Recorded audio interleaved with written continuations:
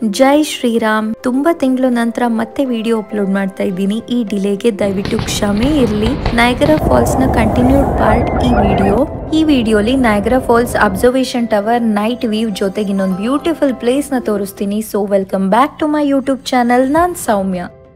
ಇದೇ observation tower ಅಥವಾ prospect point ಅಂತ ಕೂಡ ಕರೀತಾರೆ. 282 ಅಡಿ ಎತ್ತರದಲ್ಲಿ ಈ ಒಂದು ಟವರ್ ಇದೆ. ಇದು Canada side observation tower. Rainbow bridge, United States ಮತ್ತು ಕೆನಡಾನ ಕನೆಕ್ಟ್ ಮಾಡುವಂತ ಬ್ರಿಡ್ಜ್.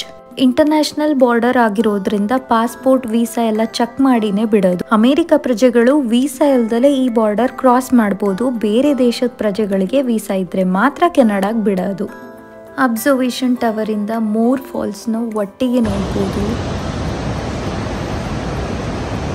ರೆಡ್ ಜಾಕೆಟ್ ಈ ಬೋಟ್ ಅಲ್ಲಿರೋರು ಕೆನಡಾ ಸೈಡ್ ಜನರು. ಫೋನ್ಗಳಿಂದ ಎಷ್ಟು ಅನುಕೂಲ ನೋಡಿ, ಎಲ್ಲಿಂದ ಎಲ್ಲಿಗೆ ಬೇಕಾದ್ರೂ ಝೂಮ್ ಹಾಕ್ಬೋದು. ಅಡ್ವಾಂಟೇಜಸ್ ಇದೆ, ಡಿಸ್ಅಡ್ವಾಂಟೇಜಸ್ ಕೂಡ ತುಂಬಾನೇ ಇದೆ.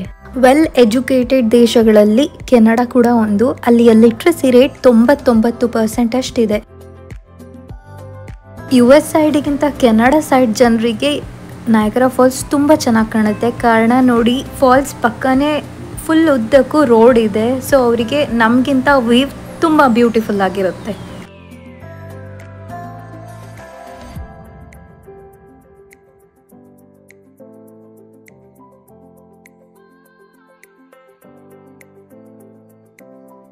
ಇದು ಕೆನಡಾಗೆ ಸೇರಿರೋ ಆಂಟರಿಯೋ ಅನ್ನೋ ಜಾಗ. ಯುನೈಟೆಡ್ ಸ್ಟೇಟ್ಸ್ ಅಲ್ಲಿ ಇಮಿಗ್ರೆಂಟ್ಸ್ ಅಂದ್ರೆ ವಲಸಿಗರು ಜಾಸ್ತಿ ಬಂದಿರೋದೇ ಮೆಕ್ಸಿಕೋ ದೇಶದಿಂದ. ಅದು ಬಾರ್ಡರ್ ಆಗಿರೋದ್ರಿಂದ ತುಂಬಾ ಇಮಿಗ್ರೆಂಟ್ಸ್ ಅಲ್ಲಿಂದ ಬಂದಿದ್ದಾರೆ. ಸೆಕೆಂಡ್ ಪೊಸಿಷನ್ ಅಲ್ಲಿರೋದೇ ನಮ್ಮ ಭಾರತೀಯರು. 6% ಅಷ್ಟು ಭಾರತೀಯರು ಅಮೆರಿಕದಲ್ಲಿ ವಾಸವಾಗಿದ್ದಾರೆ. ನಾವಿಲ್ಲಿವರೆಗೂ ಹೋಗಿರುವಂಥ ಜಾಗಗಳಲ್ಲಿ ಆಲ್ಮೋಸ್ಟ್ ಎಲ್ಲ ಕಡೆನೂ ಭಾರತೀಯರನ್ನ ನಾನು ನೋಡಿದ್ದೀನಿ. ಅದರಲ್ಲಿ ಎಸ್ಪೆಷಲಿ ನಯಾಗರಾ ಫಾಲ್ಸಲ್ಲಂತೂ ಮೋರ್ ದನ್ 70% ನಮ್ಮ ಭಾರತೀಯರೇ ಇದ್ದಿದ್ದು. ನೆಕ್ಸ್ಟ್ ಇಲ್ಲಿಂದ ವಿಸಿಟರ್ಸ್ ಸೆಂಟರಿಗೆ ಹೋದ್ವಿ. ಆ್ಯಸ್ ಯೂಶುವಲ್ ಫ್ರಿಡ್ಜ್ ಮ್ಯಾಗ್ನೆಟ್ ತಗೊಳ್ಳೋದೇ ನಮ್ಮ ಕೆಲಸ ಆಗಿದೆ ಇಲ್ಲಿ ಬಂದಾಗ್ಲಿಂದ. ಇಲ್ಲಿ ಎಲ್ಲೇ ಹೋದರೂ ಈ ಕಲರ್ ಕಲ್ಗಳನ್ನು ಮಾರೋದು ಮಾತ್ರ ತುಂಬ ಕಾಮನ್.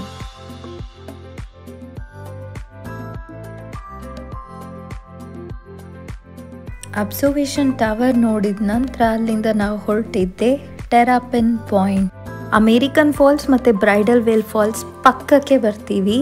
ಈ ಜಾಗಕ್ಕೆ ಟೆರಾಪಿನ್ ರಾಕ್ಸ್ ಅಂತ ಕೂಡ ಕರೀತಾರೆ. ಯಾಕೆಂದರೆ ಇಲ್ಲಿ ತುಂಬ ಕಲ್ಗಳಿದೆ. ನೀರು ಬರೋದೇನಾದರೂ ಸ್ಟಾಪ್ ಆಯಿತು ಅಂದರೆ ನಾವು ಈಗಲೂ ಕೂಡ ಕಲ್ಗಳನ್ನು ಕಾಣ್ಬೋದು. 1 ಇಯರ್ ಬೇಬಿ ಫೋಟೋಶೂಟ್ ಕೂಡ ನಡೀತಾ ಇತ್ತು ಇಲ್ಲಿ.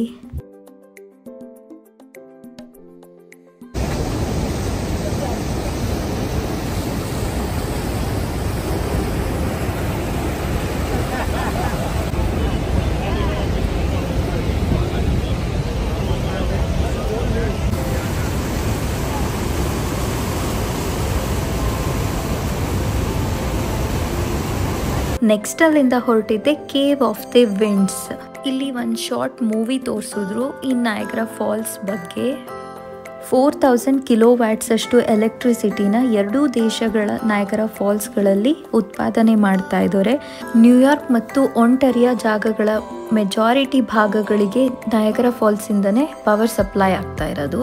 1969 US ಆರ್ಮಿ ಇಂಜಿನಿಯರ್ಗಳು 6 ತಿಂಗಳು ಮಟ್ಟಿಗೆ ನಯಾಗರಾ ಫಾಲ್ಸ್ ಅನ್ನು ಶಟ್ ಡೌನ್ ಮಾಡಿದ್ರು. ಅಂದ್ರೆ ಅಲ್ಲಿ ಹರಿತಿದ್ದ ನೀರ್ನ ಬೇರೆ ಕಡೆಗೆ ಡೈವರ್ಟ್ ಮಾಡಿ ಕಂಪ್ಲೀಟ್ ಡ್ರೈ ಮಾಡಿದ್ರು. ಯಾಕೆಂದ್ರೆ ಆ ಜಾಗನ ಸ್ಟಡಿ ಮಾಡ್ಲಿಕ್ಕೋಸ್ಕರ. ಆಗ ಒಂದು ಮೇಲ್ ಮತ್ತೆ ಫಿಮೇಲ್ ನ ಡೆಡ್ ಬಾಡಿ ಮತ್ತು ಲಕ್ಷಗಟ್ಲೆ ಕಾಯಿನ್ಗಳು ಸಿಕ್ಕಿದ್ವು. ಅದೆಲ್ಲ ರಿಮೂವ್ ಮಾಡಿ ಡೈವರ್ಟ್ ಮಾಡಿದ ನೀರನ್ನ ಮತ್ತೆ ಫಾಲ್ಸ್ ಕಡೆಗೆ ಬಿಟ್ರು.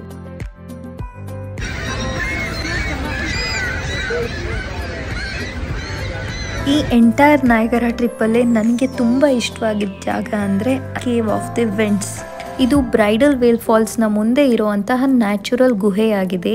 130 ಅಡಿ ಎತ್ತರ, 100 ಅಡಿ ಅಗಲ ಹೊಂದಿದೆ. ಅದ್ರ ಒಳಗಿಂದ ಈ ಬ್ರೈಡಲ್ ವೇಲ್ ಫಾಲ್ಸ್ ಪಕ್ಕಕ್ಕೆ ಬರ್ತೀವಿ. ಈ ಜಾಗನ ನೀವು ರೀಲ್ಸ್ಗಳಲ್ಲಿ ನೋಡಿರ್ಬೋದು. ಇಲ್ಲಿ ಕೂಡ ಜನ ರೀಲ್ಸ್ ಡ್ಯಾನ್ಸ್ ಎಲ್ಲ ಮಾಡ್ತಾ ಇದ್ರು.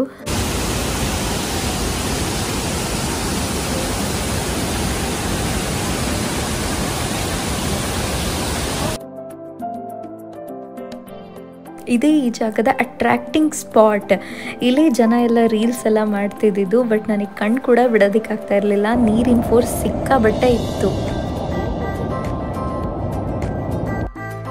ಇದೇ Canada side Robert Moses Niagara power plant.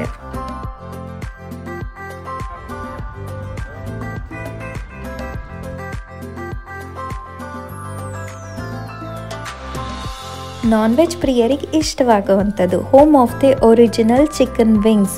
1964 ಫಸ್ಟಿಗೆ ಚಿಕನ್ ವಿಂಗ್ಸ್ ಶುರುವಾಗಿದ್ದೆ ಈ ಜಾಗದಲ್ಲಿ. Anchor bar. ಇಲ್ಲಿ ಶೋಗೆ ಪ್ಲಾಸ್ಟಿಕ್ ಬೈಕ್ಗಳನ್ನು ಇಟ್ಟಿದ್ರು ಅಂದ್ಕೊಂಡೆ, ಬಟ್ ಇಲ್ಲ, ಎಲ್ಲ ರಿಯಲ್ ಬೈಕ್ಗಳನ್ನೇ ಇಟ್ಟಿದ್ರು. ಈ ಜಾಗ ನೋಡೋದಕ್ಕೆ ತುಂಬ ಡಿಫ್ರೆಂಟ್ ಆಗಿತ್ತು, ಒಂಥರ ಡಿಫ್ರೆಂಟ್ ವೈಬ್ ಸಿಕ್ತು ಇಲ್ಲಿ.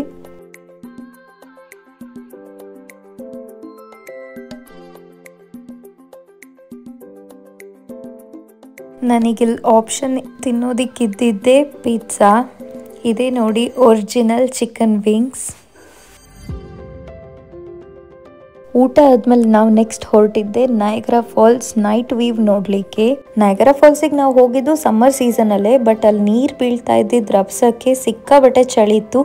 ನನಗೆ ನಿಲ್ಲೋದಕ್ಕೂ ಆಗ್ತಾ ಇರಲಿಲ್ಲ, ಮಾತಾಡೋದಕ್ಕೂ ಆಗ್ತಾ ಇರಲಿಲ್ಲ, ನಾನು ನಡುಗ್ತಾ ಇದ್ದೆ, ಅಷ್ಟು ಚಳಿ ಇತ್ತು. ಆಮೇಲೆ ಹೀಟರ್ ಆನ್ ಮಾಡಿದ್ಮೇಲೆ ಆರಾಮ್ ಅನ್ನಿಸ್ತು.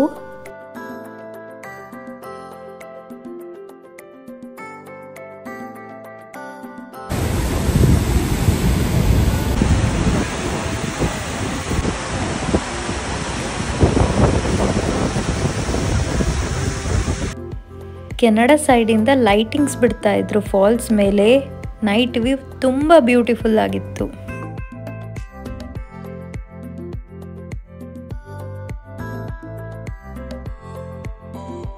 ಇಲ್ಲಿ ಫೈರ್ ಕ್ರ್ಯಾಕರ್ಸ್ ಶೋ ಕೂಡ ಇತ್ತು. ದಿನದಲ್ಲಿ ಒಂದು 5 ನಿಮಿಷ ನೈಟ್ ಟೈಮಲ್ಲಿ ಪಟಾಕಿ ಹೊಡಿತವ್ರೆ.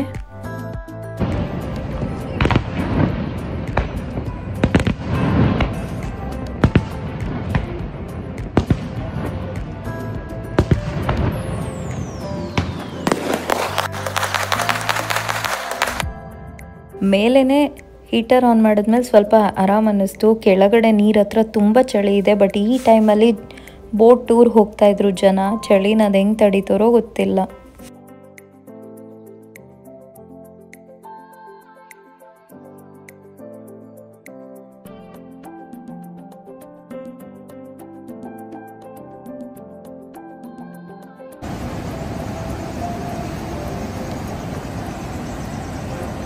ಇಲ್ಲಿ ಇಂಡಿಯನ್ ರೆಸ್ಟೋರೆಂಟ್ಸಿಗೆ ಬರಾನೇ ಇಲ್ಲ. ನಮ್ಮ ಭಾರತೀಯರು ಇಲ್ಲಿ ಕೂಡ ನಮ್ಮ ಭಾರತದ ರುಚಿಯನ್ನು ಸವಿಬೋದು.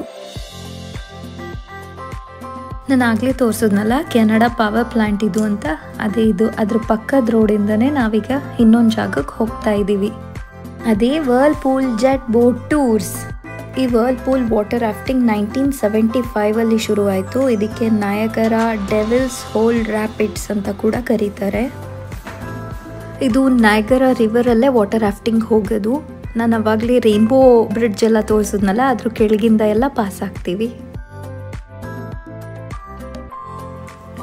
ಈ ಬೋಟಲ್ಲೇ ಕರ್ಕೊಂಡು ಹೋಗ್ತಾರೆ. ಫಸ್ಟ್ 2 ಸೀಟ್ಸಲ್ಲಿ ಕೂರೋರಿಗೆ ವಾಟರ್ ಸಿಕ್ಕಾಬಟ್ಟೆ ಫೋರ್ಸ್ ಆಗಿರುತ್ತೆ, ಅಂದರೆ ನಮ್ಮ ಮೇಲೆ ಬೀಳತ್ತೆ. ನೆನಿಬಾರ್ದು ಅಂತ ಇಲ್ಲೂ ಕೂಡ ಒಂದು ಜಾಕೆಟ್ ಕೊಟ್ಟಿದ್ರು, ಬಟ್ ಸ್ಟಿಲ್ ನಾವು ಫುಲ್ ನೆಂದೋಗಿದ್ವಿ. ಇದು ಮಾತ್ರ ತುಂಬ ಥ್ರಿಲ್ಲಿಂಗ್ ಆಗಿತ್ತು ಎಕ್ಸ್ಪೀರಿಯನ್ಸ್. ನಾವು ಸೆಕೆಂಡ್ ರೋ ಅಲ್ಲೇ ಕೂತಿದ್ವಿ. ನೀರಿನ ಫೋರ್ಸ್ ಮಾತ್ರ ಸಿಕ್ಕಾಬಟ್ಟೆ ವೈಲ್ಡ್ ಆಗಿತ್ತು, ತುಂಬ ಚೆನ್ನಾಗಿತ್ತು.